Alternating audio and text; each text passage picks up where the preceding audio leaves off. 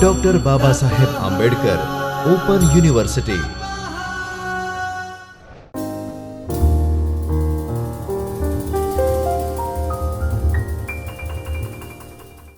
Namaskar friends, I, Dr. Kishan Joshi, welcome you all to this video lecture session. I assume that you all will be safe at home and doing well. Friends, today we are going to talk about Paper 7, Unit 12, Part 2. In the previous lecture, we did talk about Part 1, wherein we had some information about two different epic texts, epic poems. We talked about Iliad, we talked about the Odyssey by Homer. So these both epic poems are part of Greek literature. In the previous lecture, we also had some information about Greek gods, because in these both texts, Greek gods play a very important role. Moving further, as part of this presentation, we will be talking about Iliad and the Odyssey.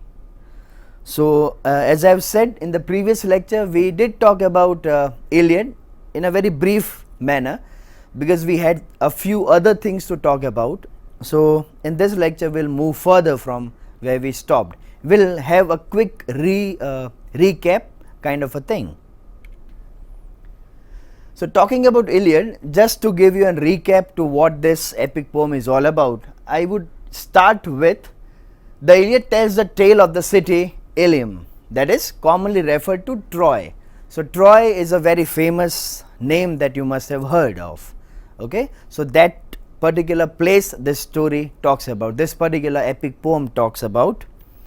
It recounts the last 6 weeks of the war, because whenever you listen to the word Troy, you always are reminded of the war, the famous Troy war. Okay, so that is what this epic poem deals with, and that particular setting and everything is going to be Greek setting. So everything is going to happen in Greece in particular, and that war is between Greeks and Trojans. So these are the two different people who are going to have fight. Okay, so that war is that epic war is depicted as part of this poem, epic poem by Homer. The war went on for 10 long years. So 10 years is not a short span, we all know that. The subject matter of Homer's epic are the Trojan War. So whenever you read, either you read Iliad, either you read Odyssey, you will find that Homer has tried to explain something that has concern, that has relevance with war, battle, and most of the time some of the interference of God. And here Iliad in particular, you will have some glimpses of in detail, not glimpses, but in detail you will have Trojan War, you will have bloody battle, that is the whole epic poem is dealing with. You will have wrath of the famous, very famous warrior Achilles. So Achilles is a very famous historical warrior who is part of this particular epic poem. And somewhere you also see that arbitrariness of the gods and the aid of the cause of justice. So every time at a certain point you realize that there is an influence of God somewhere that helps the story to move forward. Okay, so that is how God interferes somewhere and the story moves ahead. I just wanted to share one example with you, because whenever you listen to the word Troy, if you have come across, if not you will definitely, I am sure that you will definitely have a look at this epic movie itself. Then the title of the movie is Troy movie, that is Hollywood movie, and wherein Brad Pitt, as I have discussed in the earlier lecture also, there is a movie based on this particular epic poem, epic incident somewhere happened in past. Brad Pitt is playing a role of Achilles in this Troy movie. So for you I have also come up with this image. This is an image of Brad Pitt, a very famous actor, and this image is from the movie Troy. Talking about the context of this epic poem, Iliad, the Trojan War that was sparkled. So, how did this war start in? How did this war start? Sorry. So, if we need to know how this war started and everything, we need to understand the context of the story, the epic poem, the subject matter, I mean to say. So, the Trojan War that was sparkled owing the capture of Helen. So, Helen is a very important character in this epic poem. Okay, so she is captured by Paris. Okay, but she was regarded as one of the most beautiful women on earth, and she was the wife of Menelaus, the king of Sparta. So, Helen, being a wife of Menelaus, the king of Sparta, elopes with Paris. Now, Paris was a prince, okay, and this task was done by him with the help of goddess Aphrodite. So, Aphrodite helps Prince Paris to elope with Helen, the most beautiful woman in the world and the wife of Menelaus. So, that is how the story starts. The whole subject matter and everything deals with Menelaus. Just in order to get his wife back, what he does is he recruits his brother Agamemnon to launch an attack to Troy, on Troy, with all his arms, with all his we can say that fleets and everything. So, all their warriors they were brought together just in order to launch a war against Troy. So, that is how the story begins. Further, we realize that something happened in the story. The story is so long, the epic poem is so long that when you read, when you come to know, at that time particular you come to know that there are certain incidents which are the reasons for the further story, okay, the story to come, the further actions to come. So, somewhere because of the behavior of Agamemnon's, he had some wrong decisions that they were not appreciated by Achilles, and because of that Achilles becomes so much angry with him that he drops himself from the whole war situation. And not only him, but he also withdraws all his great warriors from the war. And without Achilles, as he was one of the greatest warriors of Trojan, it was quite difficult for everyone to win that particular war. So, that is how everything moves further. Just in order to decide fate of Helen, wife of Menelaus, who had run away with, who had eloped with Paris, they had an agreement. If they will have war between each other, and whosoever will win Helen, okay. And though goddess Aphrodite helps Paris in war, he loses, and that is something. At a certain point you realize that now the story is going to end, but story doesn't end in that way, okay. This should have ended the war, as I have said, but the goddess Athena. So, here we can see the interference of God. The goddess Athena promotes the breaking of truce. Now, when I say truce, it is something that is popularly known as agreement, war agreement, or ceasefire. On borders, we do have agreements between countries. So, ceasefire is something that you cannot attack the other country without any kind of a reason, without any kind of particular cause, okay. So, that is something that is an agreement called truce. So, because of Athena's interference, she broke that truce, ceasefire rule and everything, and the war was revived. The war get revived in that way. So, that became the reason of renewal of the battle between both the countries, Troy and Trojans. Now, without Achilles and his warriors, Trojans, it is quite obvious to know that they were not to get that particular advantage. Okay, the war seems to be getting the advantage. The Trojans I am talking about. So Trojans are to get that particular advantage. Though offended and angry with Agamemnon because of her wrong behavior and everything, Achilles ultimately sends his very dear friend. His name was Patroclus.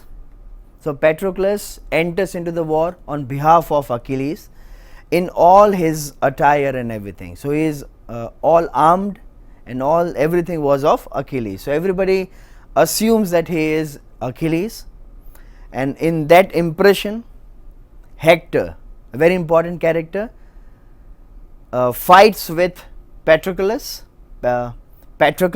and with the help of God once again Apollo, he kills Patroclus, assuming that he is Achilles, but soon realizes that he was not Achilles.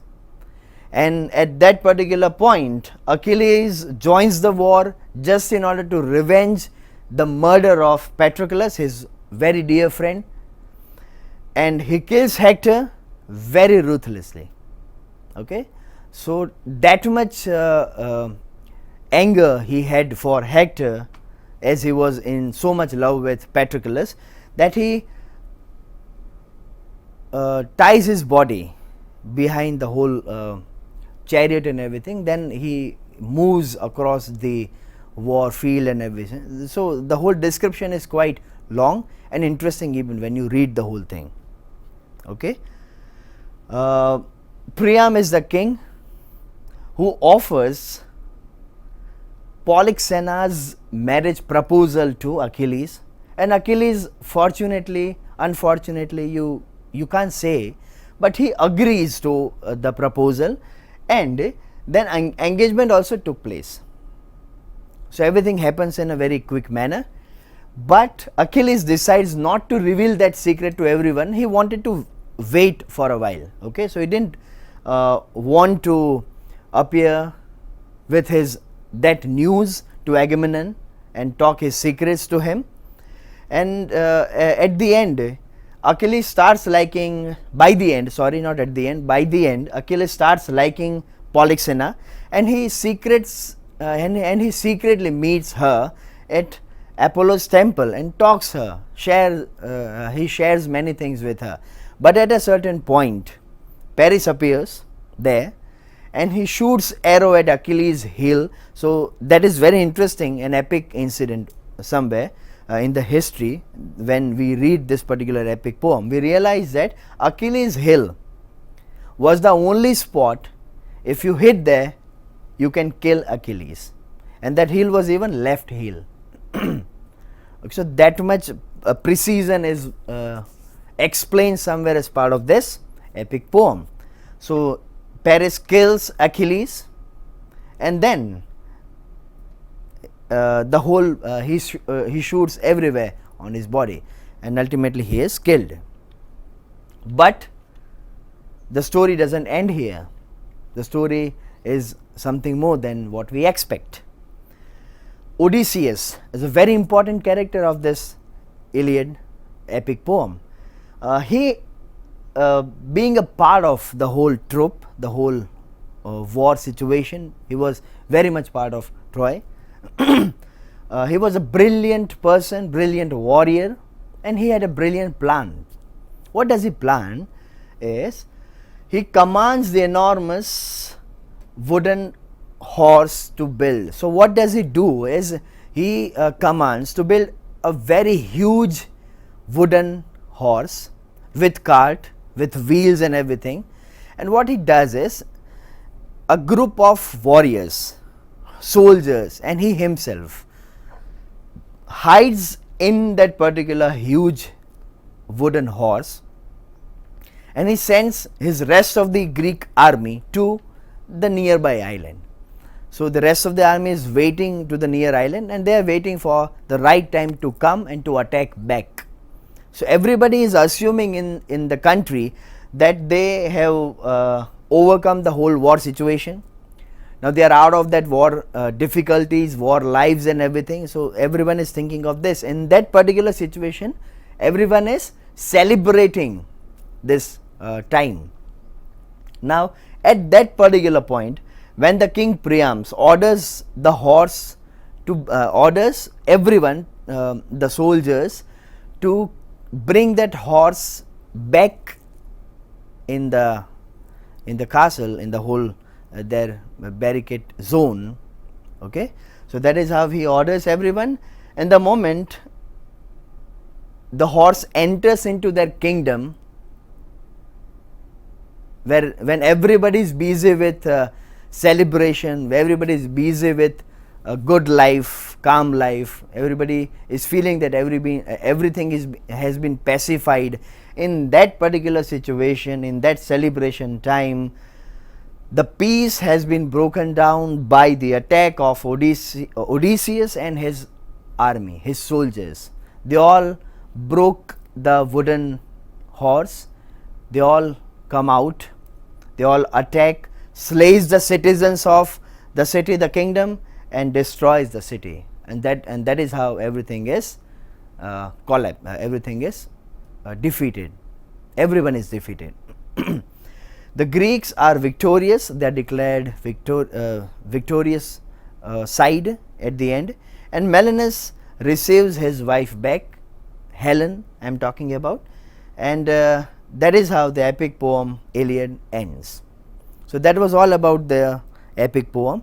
Now, talking about some of the specific sides of this epic poem is this epic poem comprises 24 scrolls, that is 15,693 lines. So that long is this epic poem is, and it is written in dactyl hexameter. Now, if you read the poem, you realize that there are certain phrases, there are certain words, there are certain sentences which are repeated number of times. Now, that particular repetition is just because of the time when it was written was a time of oral tradition. Okay, so just in order to keep things document in mind, in virtual, I am talking about virtual documentation, that wherein everything was forwarded from one person to another. So that is how oral tradition used to work in older times I am talking about.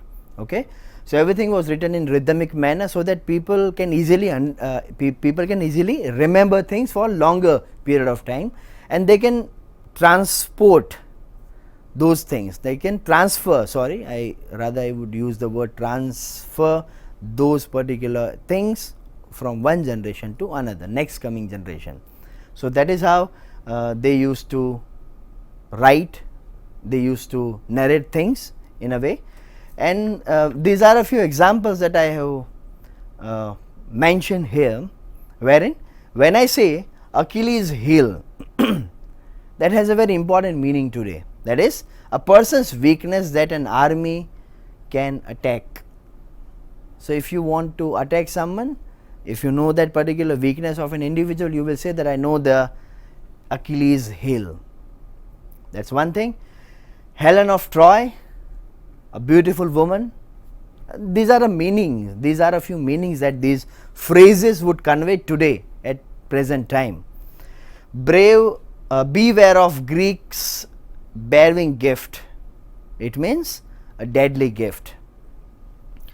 Odyssey, meaning a long and difficult journey, because in the next epic poem that we are going to deal with is dealing with this particular situation.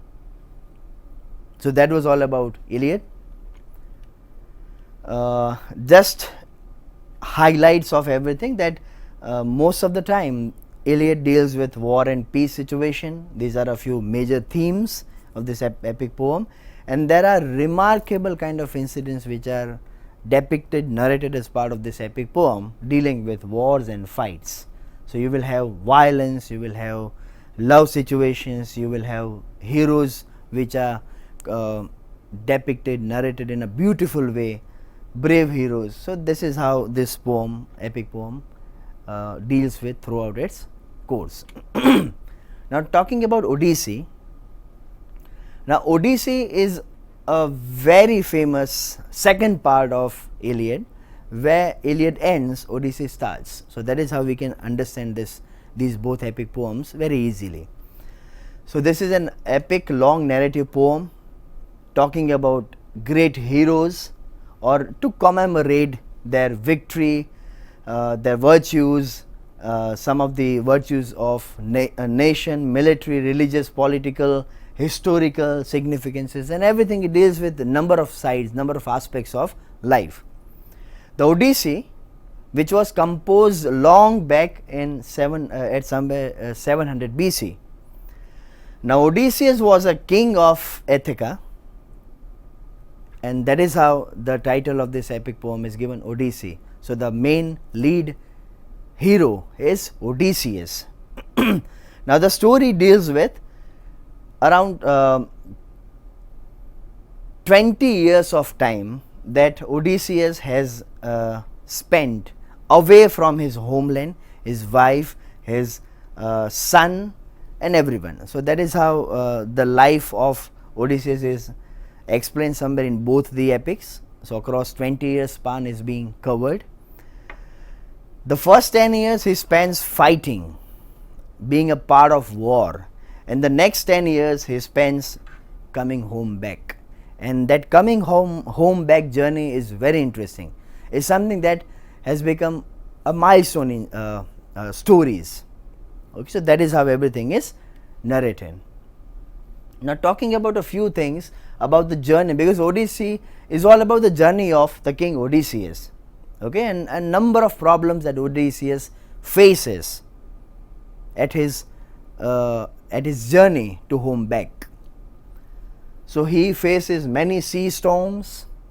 He faces one-eyed giants called Cyclops in many movies, in Hollywood movies. Today we call them some mythological movies, we can call them sci-fi movies. So somewhere you will find that there are some giants, they are called Cyclops. That's one thing. Problems because of greedy sailors. So they are the in-house problems that you realize that they are facing somewhere.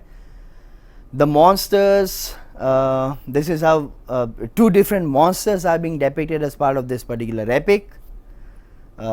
Celia and Charybdis. Celia and Charybdis, and if you refer to dictionaries, you will find both the names together. Okay. Now here Celia has 6 heads with razor-like teeth, a very horrifying monster, and at the same time Charybdis is a monster who can swallow the sea 3 times a day. So a huge monster, and everything is something that appears as part of Odyssey. Now throughout the epic a curse is mentioned. Now what is that curse? Now that curse falls on all the Greek people just because of there is a term sacred, pavitra, that is how we explain that particular word, sacred. Now because of Greeks, the temple of Athena has been desecrated just because they have attempted to rape Crescenda, daughter of the last king of Troy. The sacred place has been destroyed in that way. Sacredness has been destroyed by the Greek people, and that becomes the important reason for Athena to rage her anger on Greek people. The epic also deals with the problems of Odysseus' wife. The name of the Odysseus' wife is Penelope, because of the absence of Odysseus. Now we know that when the wife is alone at home, I am talking about Penelope, she is facing numerous problems. The main reason is there are a number of people around her who are waiting for that particular moment when they can marry her and become the king. So there are so many people around her that they are constantly torturing her just to marry her second time because of the absence of Odysseus. because Odysseus has been away from home more than 20 years. It has been more than 20 years. Okay, so that is how she is facing problems. And the another problem that Odysseus' son Telemachus, now what Telemachus is facing is she is not that capable person as his father, and that is how he is also facing number of problems by the people who are also harassing his mother. So both mother and son are facing similar kind of problems by similar kind of people. Problems are quite different, because every time Telemachus is receiving some threats from the people out, and they are constantly trying to convince him to convince his mother Penelope to marry anyone, the stronger one. Okay, that is how Telemachus is explained, depicted as part of this epic. In absence of his father, he is asked by all the suitors, as I have said, to pursue mother to marry second time. Penelope announces the competition, wherein all the suitors, all the people who are so much willing to marry her, are invited, and they are giving a challenge. They are given a challenge. Now, what the challenge is? The challenge is where they have to string the Odysseus bow and shoot the arrow throughout 12x hens. So that is something where in ancient times people used to have some challenges just in order to set a marriage situation. All the suitors try so hard, but they all could not fulfill that particular need. They couldn't achieve that particular challenge and they all fail. At last there was a beggar waiting at the threshold. The son Telemachus invites him as well and gives him chance to perform that to be the part of that competition, and he does it effortlessly. At that particular point, Athena reveals the identity of the beggar, that the beggar is no one else but Odysseus himself, and after that everything gets settled, everything is settled down, and there is not that easy end of the story. There is once again an important challenge by Penelope given to Odysseus, just in order to know that yes, he is the real Odysseus. So she was so much insecure that she also gives a challenge, a condition to Odysseus and Odysseus is so much powerful person, influential kind of a person, that he also does that situation. He convinces his wife and they all reunites at the end. Okay, so talking about some major themes of this particular epic poem, then the poem is full with social and domestic situations like matrimonial things and everything. Moreover, the story is all about journey of fantasy lands, strange imageries. You will find strange imageries like two different entities, two different we can say the name are like I am forgetting the name of, yes, monsters, Scylla and Charybdis. So these both monsters are depicted as part of strange imagery here I am talking about, and something horrifying creatures, as I have said, and very mysterious kind of atmosphere. So everything is being explained somewhere as part of this epic poem, the second part I am talking about. So that was all about Odysseus, text Odyssey, the Iliad, and friends, these are a few references that you can quickly have a look.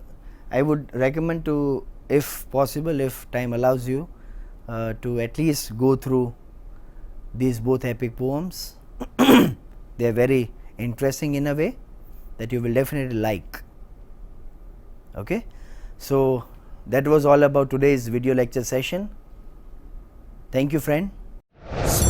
स्वाध्यायः